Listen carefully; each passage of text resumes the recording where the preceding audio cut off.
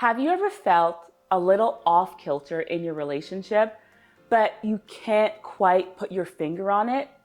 Let's talk about manipulation. I know, we all know those obvious signs like the yelling, the screaming, the name calling. But what about those subtle, sneakier signs that's masked as love? My name is Vergia Davidson, and I'm a mental health consultant, and I help top performers to keep happy at work.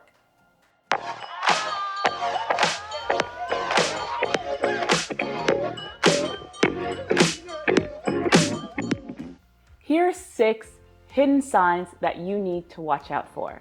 The first one is isolation. It's like that slow and gentle squeeze that makes you want to gasp for air. What does this mean? Your partner often gets upset when you start planning things outside of doing things with them. So they discourage you from going out with friends, from doing things that you like to do, and eventually you start to feel guilty and they get upset when you don't want to spend every waking moment with them.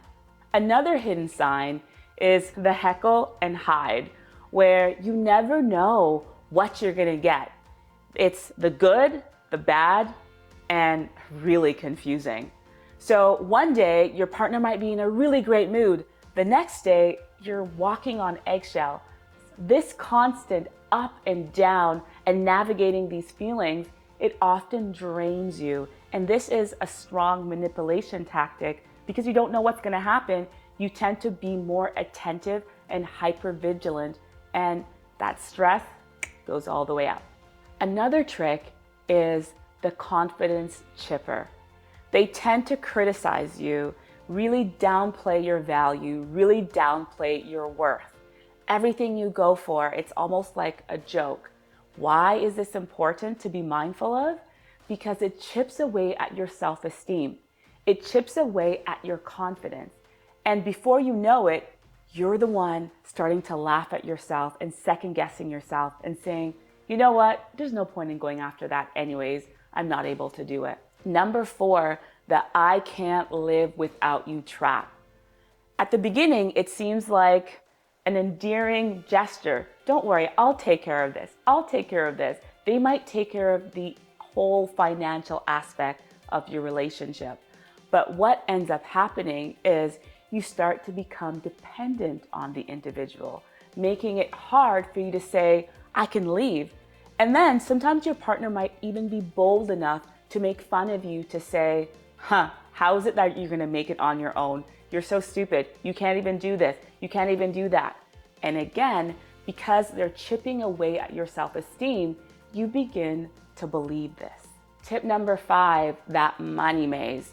So remember, we are being chipped away at our self-esteem. It's very hard for us to do things on our own. The partner is managing our finances. Then eventually you end up fully being dependent on the individual, because now you have to ask them for what to do, how to do it, the money to do it. And then after a while, you start to feel helpless. So it's like, how in the world am I gonna get out of this? But in the beginning, it started as maybe an endearment. The last hidden sign is the fog, the fear, obligation, and guilt. So you're noticing that, something is not quite right.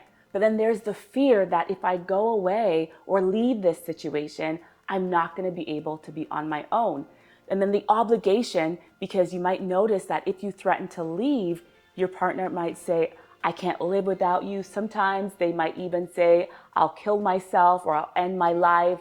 And then you feel that obligation because your lives are so intertwined. And then there's the guilt. That guilt, if I go away, will my partner be okay? Will he or she be all right? So this keeps us in a trap and a cycle of helplessness. But the good news is there's help out there through building relationships. So important. If you are feeling this way, a lot of times we might want to keep it to ourselves because we might be embarrassed, because one part of our brain is saying, this actually doesn't make sense. But then the other part of our brain is like, okay, I've been here for so long, I can't start again. But don't keep this to yourself.